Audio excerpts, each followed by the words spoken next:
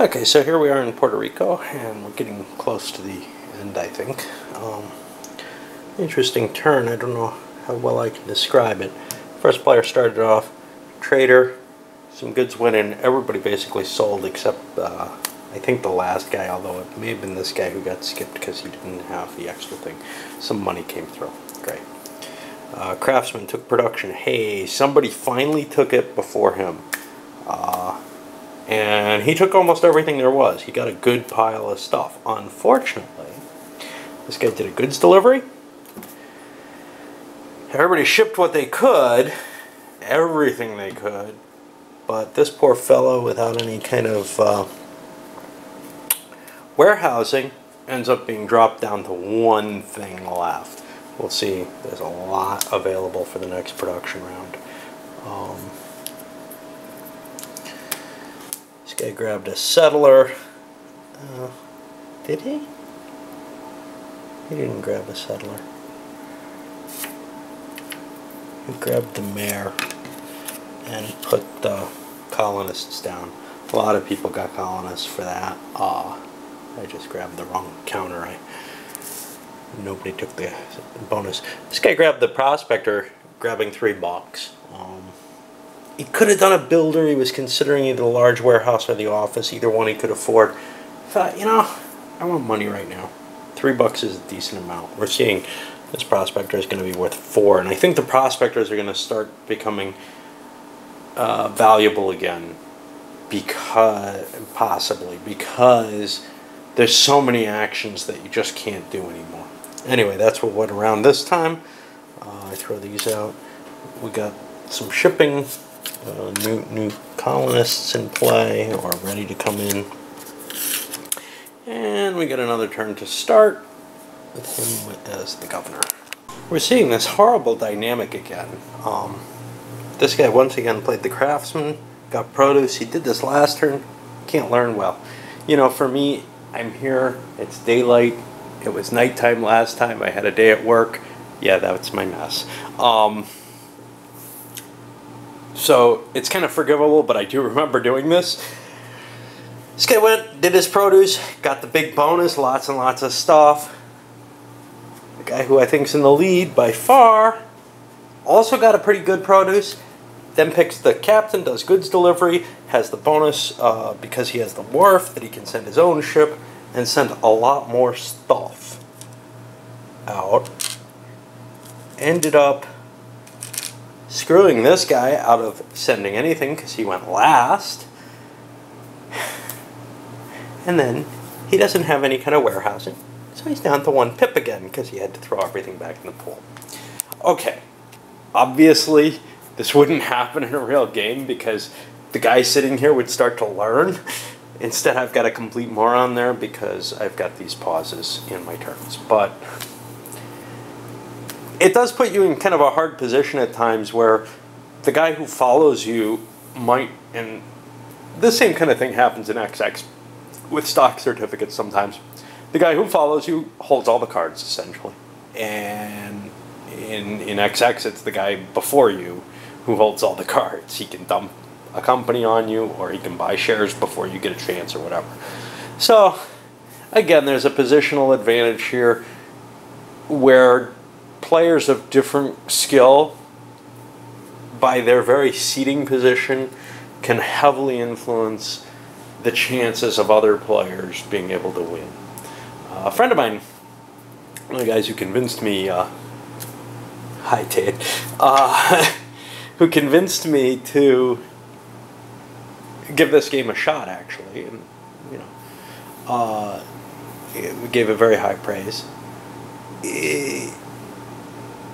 Pointed out, look, you know, we were worried a little bit in our group about the luck of the draw on these different plantations. So we tried playing one where they were all open and you could pick whichever one you wanted, and that it didn't change the game significantly. Well, I would disagree that it doesn't change the game significantly, because I think people would pick the plantations that they could actually get. I haven't questioned him on this, but I think early on you'd see sugars and indigo go quickly, maybe even corn. Later in the game, you're going to see the more valuable things. Whereas when there's a luck of the draw, there are some players who may just end up with ones they can't use right away, but might be an advantage later in the game or something. In terms of who's going to win, the bigger luck is where you're sitting, just like in the XX series. Who you're sitting next to, what your position is in the seating order, these things are more important. And there's no question in this game that, and same thing's true in Settlers of Catan too. The guy you're sitting next to can often give you bonuses. Good, bad, I don't know. But it's definitely a factor in these so-called luckless games where there's a lot of strategy, etc. Well, usually the order of play actually allows someone to give you a benefit by playing poorly, by leaving something open that otherwise you might want to grab up. Or in this case, I don't feel like, I'm not so sure this guy's being idiotic. He just has no option. He's got somebody with a more powerful hand sitting next to him. He can't do anything. Okay. Okay, so we finish up the turn, and I got some bucks to throw on people.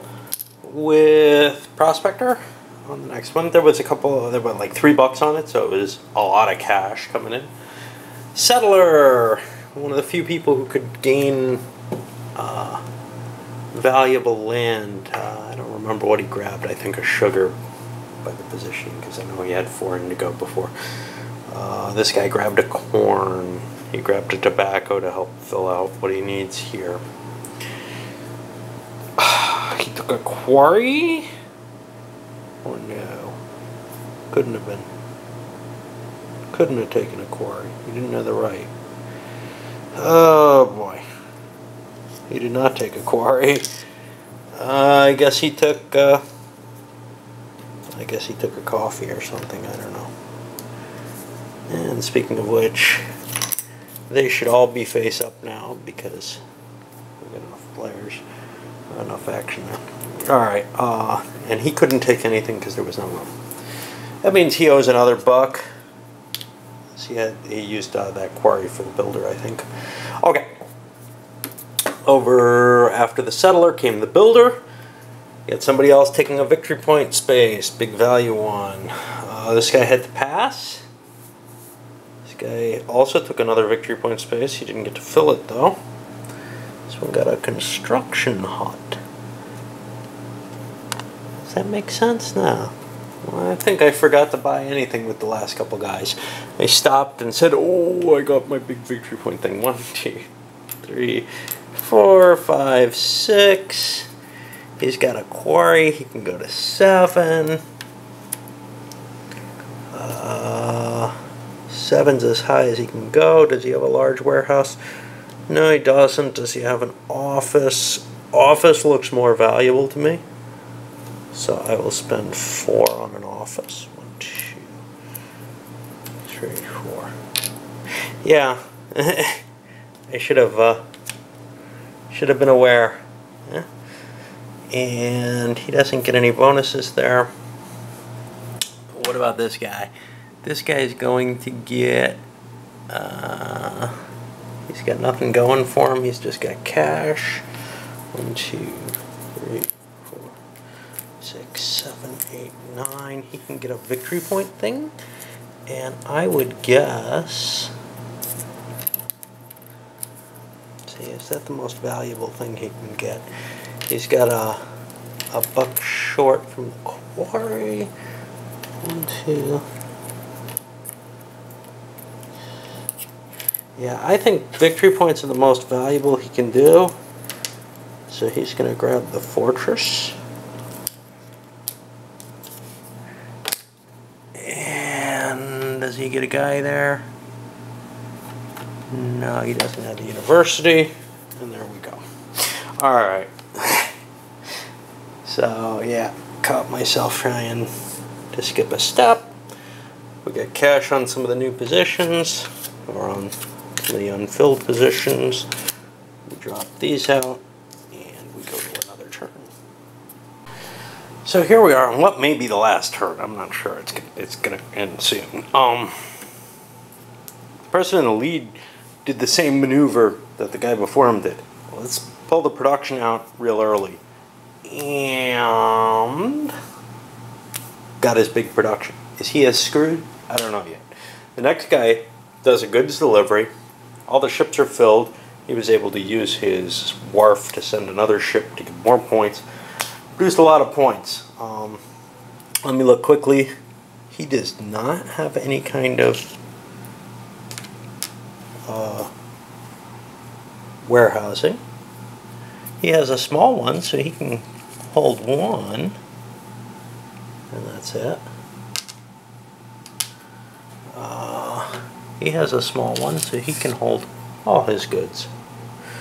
He's got a large warehouse, so he can hold all his goods. And this guy has still no warehouse. And now the ship's dump. Their quantity, all of them were full. And we're going to go on to the next space. But one thing you can notice is the victory point pile isn't going to last another ship. This guy could have built, he had a couple interesting options. One is get colonists, because he doesn't have victory points for this yet. This thing produces a lot of victory points, but he needs to get a colonist on there. And he doesn't have that. That would have been very pleasing for him. Problem? Not really anything, except that the game might end as soon as a colonist was picked. That's probably in his best interest. He screwed up by not doing that. This guy did not want to do that. Didn't want to pull colonists because there's such a good chance that the game ends there. Even though that would prevent him from getting a pile of victory points, he feels like he's well behind some of the other people. He didn't have the cash to buy a victory point thing, so he doesn't want to do a build. He didn't want to do a build because what he really wants is the other victory point card, but he has, that would end the game if he put that in there. So then the next option is one of these, but he wouldn't get to use it. So production seemed like the next best choice. Alright, we're going to move over further onward. We finish up the turn, played a settler in order to get a quarry. A few other players were able to grab settlement cards, but nothing too exciting. Trader in order to sell goods. A number of people were able to sell, grab some cash. This was the guy who got left out, basically. And that's the end of the turn. So we're seeing money falling on the colonist card, but if the colonist card comes up, the game is over. I think it ends immediately. Make sure of that. Nothing else exciting happens except the governor card moves. Alright. So indeed the game ended. It ends on the actual round, which I guess is the card play. And what we had, first player picked a builder. I don't know if I went over what happened there. I don't think so. Grabbing points basically, but nobody wanted to push it over. Nobody had the cash to push it over, whatever.